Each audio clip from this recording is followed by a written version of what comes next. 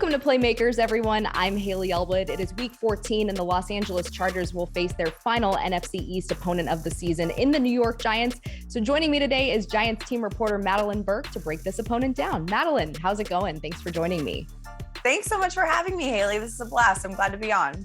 So the last time these two teams met was 2017. It was Phillip Rivers. It was Eli Manning. Times have changed just a little bit there. A little bit, yeah. But quarterback, let's start there because this is a hot topic for the Giants as we head into this game.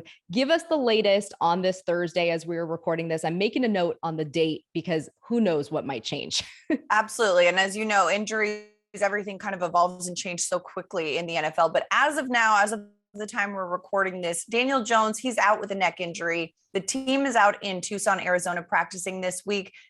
Daniel Jones went with head trainer Ronnie Barnes to Los Angeles to get another look at that neck. He's going to be out a couple of weeks. They don't think it's season ending, but they want to make sure because the neck is a delicate place. Mike Glennon, last week, he played the full game, but did suffer a concussion. He's been in concussion protocols. Joe Judge has been optimistic. He thinks that Glennon should be on pace to clear protocols in time for game time. And if you remember earlier this season, Daniel Jones, he had a concussion. He was able to clear protocol in time to play the following week, so he didn't miss a game.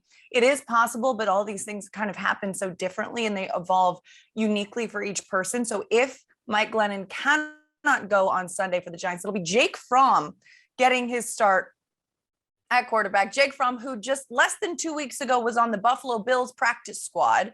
Last Sunday, he suited up for his first career NFL game as a backup to Mike Glennon. He didn't see playing time in that game, but this one he could. And then if Fromm is the starter, the Giants have also picked up Clayton Thorson, who they had on their preseason roster. And we saw him a little bit in preseason games, preseason action. So he would be the backup to Fromm if Glennon does not clear concussion protocols in time for Sunday. So if you can remember that whole it's like Succession, the lineage, who comes next, right?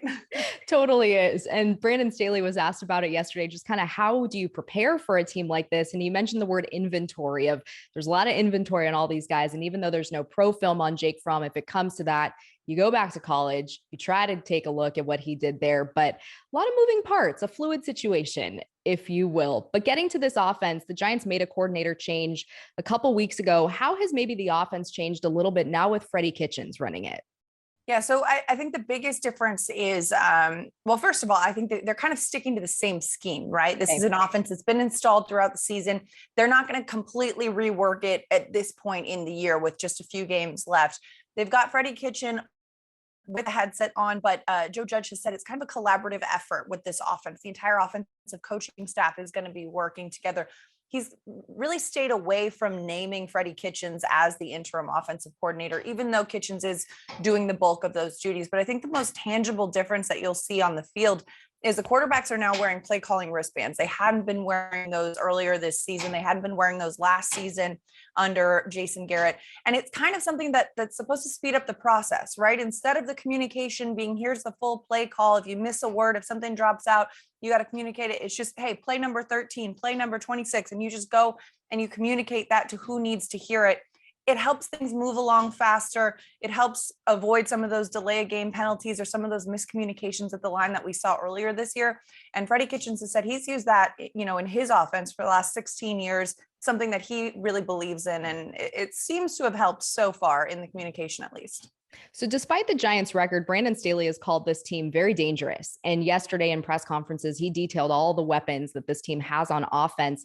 But with the record, though, what has kind of plagued this team throughout the season? Because we have seen them be competitive in games.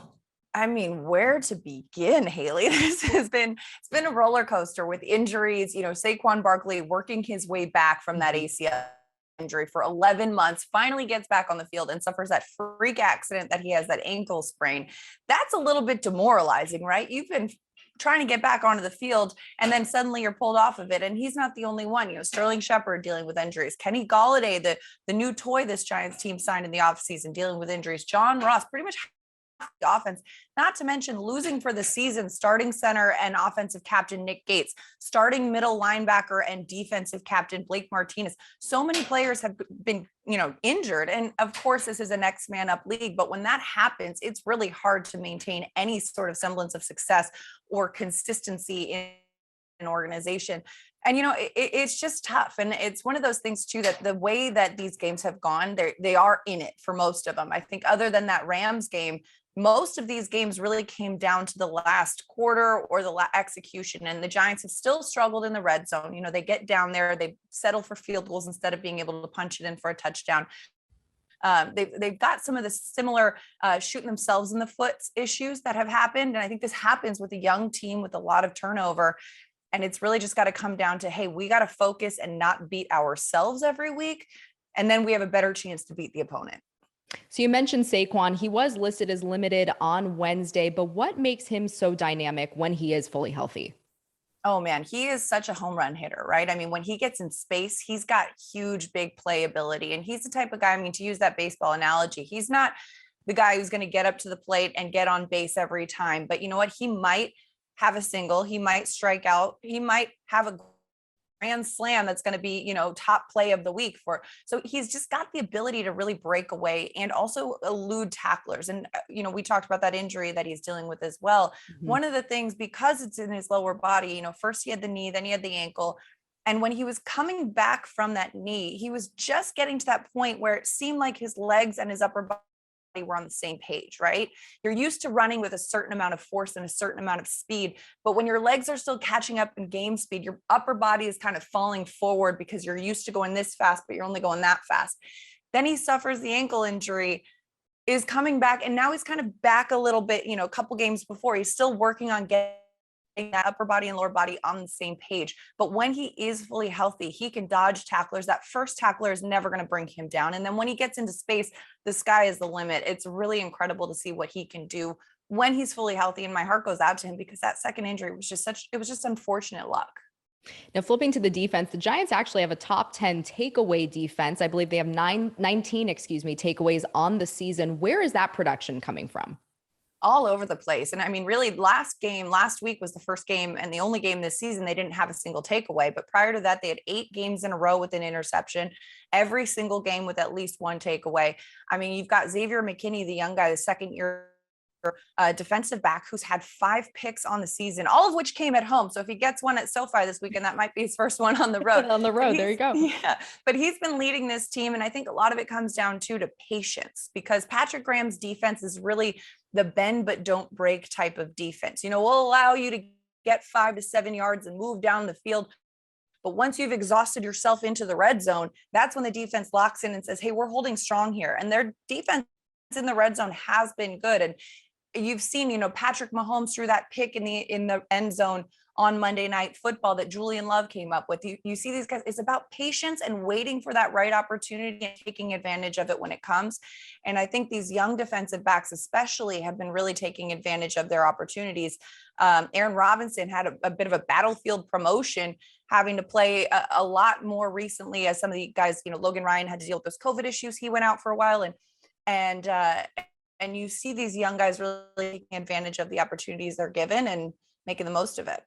And then lastly, Madelyn, who might be an X factor on this Giants team that you could see really having an impact on Sunday's game against the Bolts? Yeah, I think that it's a tough one. There's so many question marks about who's going to be on the field, right, first of all, that I don't know. And it's interesting because the Giants have had 10 different players score a touchdown this season, which is the second most variety in the NFL. They've had 4 wide receivers, 3 tight ends, 2 running backs, and an offensive lineman had a touchdown reception. So you know what? They're spreading the ball around, and whether it's Mike Glennon or Jake Fromm under center, I think I'm curious to see who the target is that they kind of look to the most. But I really think the defense, because the defense has been the backbone of this team. And I think, between Leonard Williams and Dexter Lawrence, those two providing that pressure, plus Azeez Ojulari, the rookie, who just broke the Giants rookie record of the amount of sacks in his rookie season with 6.5, plus there's 5 games left. So I think that pressure and that pass rush, because we have seen Justin Herbert, as good as he is, he does get taken down a little bit. And so if these guys can get in, have the opportunity to create a little bit more pass rush, help balance that defense, I think the defense as a whole is something to look at. But I think some of those guys, those frontline guys and the DBs that I mentioned earlier, are going to have an opportunity to shine. Before you said offensive lineman, I thought you were going to go and a partridge in a pear tree because, you know, 'tis the season. But just no, about, I right? literally, anytime I say that list out loud, I think of it. And it's like, you know, Exactly. we could get a partridge in a pear tree on Sunday because anything is possible. That is true. This is a week-to-week league. The Chargers have experienced that. Madelyn, thank you so much for coming on and sharing your insight. We really appreciate it. Thanks so much for having me, Hayley.